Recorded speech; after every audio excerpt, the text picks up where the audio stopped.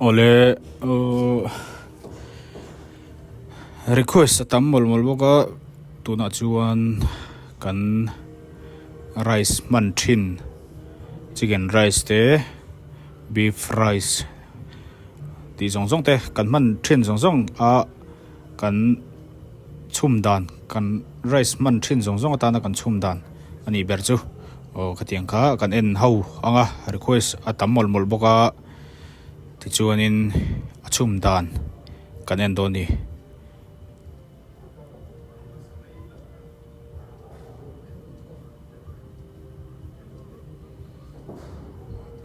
ti hian dek chi lian lutuk lawa ka rice kan chhum tam ngai lawa dek chi lian lutuk lawa tui azat ve ai tam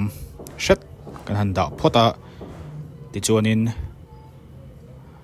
hei hi kan rice chhum tur bera chu ani ta ti hian tui kan han lei photanga chu kan sil fai anga voi thum vel kan silanga ti chuan tui kan chuan kha khami kha aso ma chu kan chi char do ne tuin ti chuan kan rice man hi apple rice ania leive tu te kanom chuan kg somni panga bek ang chi kha ania police kan trin ami kan lei thin ania ti chuan mun than thana leitur chu aum nola an aina sa mi in apple rice chu awang lem lo ani chuan kan sil lai zong kan tilang lawa ti chuan in hei hi lo so ta a ti chuan kan sil zo kha kan chi char ti chuan tui kan chi na tui kha kan han bun thli le a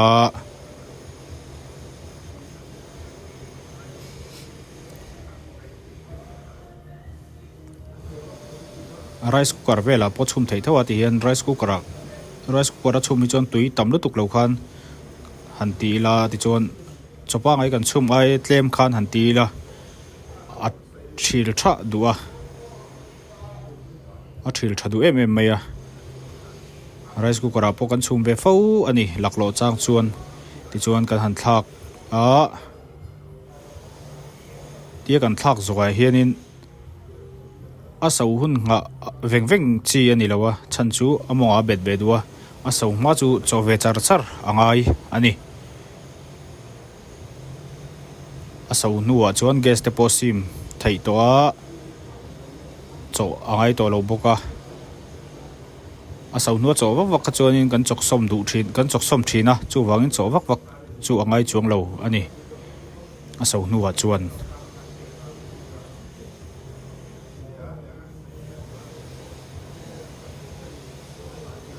ti kan ha chung hian khongai takin ka channel te hi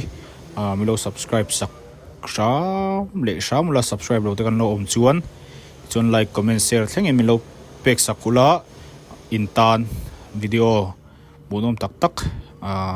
ronti chozel kalo tu manga lokna in lo chan nge theinan du sakna kalan bok chu ani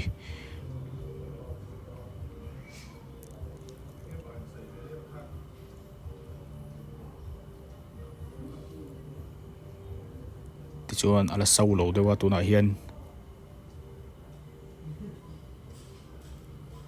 arai saka tuivota kan chi miaw wangin tlem chuan ati dai ve de ulaka so har ve de ulaka ase cho trau angai ni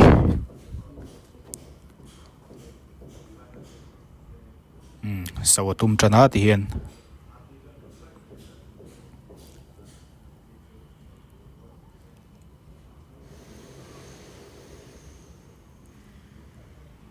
apung ang rengkhop maya apple rice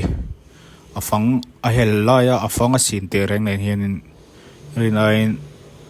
apunga aron lien tha apor ang rengkhop maya asei thaboka aman to lawa chuan long grain ang chi te kan phang lo ni lo chuan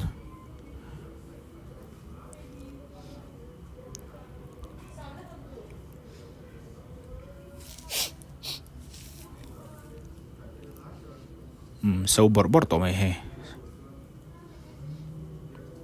atui hi akang deuh vek dona bun thlitur atam lutuk don lo ani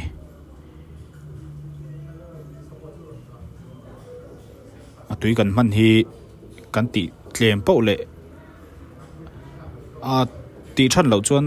tlem te ti kha chuan chhum dik chu har mai thei bun thlit tur ani tho wangin tam ti tir kan ni chuan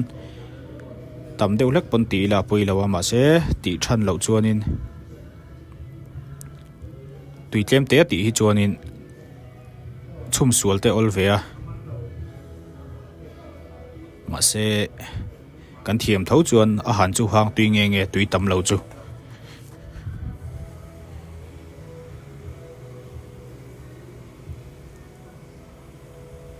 hian video hi sei lu tuk lo nan an tia kan kat zeu boka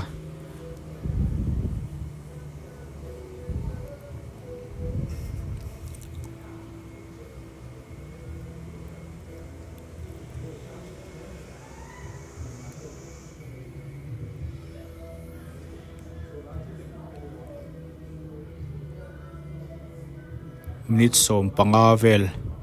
chum angaya hetiang asau nuwa rice kan thak nuwa kan minute som panga vel bor chum alangai ve a tin rice cooker kan lo chhum ani chuan rice cooker hi chuanin minute somli ti vel bor minute som thum panga tanga somli panga inkar vel bor hi chum mangai ve thina tlem chuan hun chu in he hlei deuh hlek ma se tianga chuma chuan rice cooker a chhum chu kei chuan tui ka leti zawk dei a chan chu a tui kang veka tianga chuma hi chuan a tui tam tak hi hanna a tui tam tak ai hian a hanna te kal ral ve thina ti kha shevele mai la chuan kan video te milo hlut sak thina kan lom khop maya a thiam to sa tan aron siam kan lo la thiam lo te nan lo thiam ve theinan a siam kan ni a chu wangin a en dan chin tok a thiam sa kan lo omani pon milo hriat thiam sak turin kan gen bok ani kan thiam big wang te ani lowa ti chuan hei tui kang vek to atuna hian a kang vek ti la a tui tlinglunga kha lo om to lowa tian rice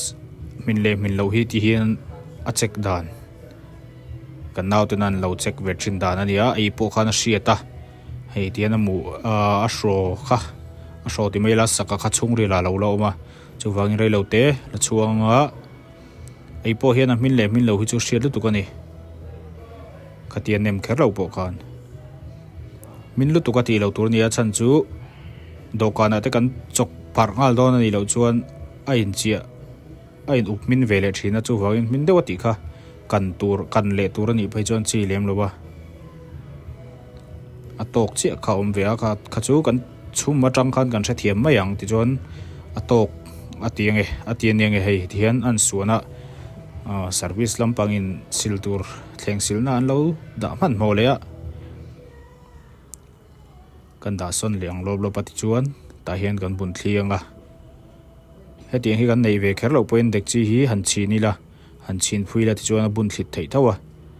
ti chuan du thu sama chuan hi ke ni chuan ti hian kan thap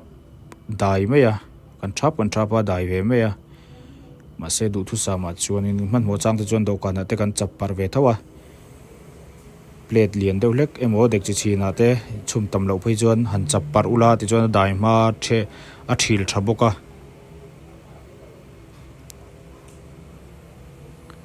ti hian anoya tuyom kha a hu ron chho lo nan an peile a ti khan in che thiam mai anga tui a ban tam lo zia kha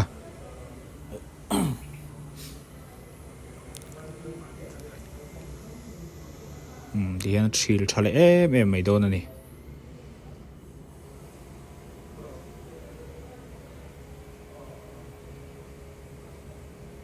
ti hian a dai theinan vui nga vel bor kan chocolate kan tablet don ani lo chu chunga hian lo in up ve thina chu chuan ati min le zual thina kan rice turat fried rice turat ana han kan vel ka har em thina ni a thil that lo chuan tin amin mama hian kan har sa boka anal theilawa rice kan ole ka zong kha kan video ni phot mai ro se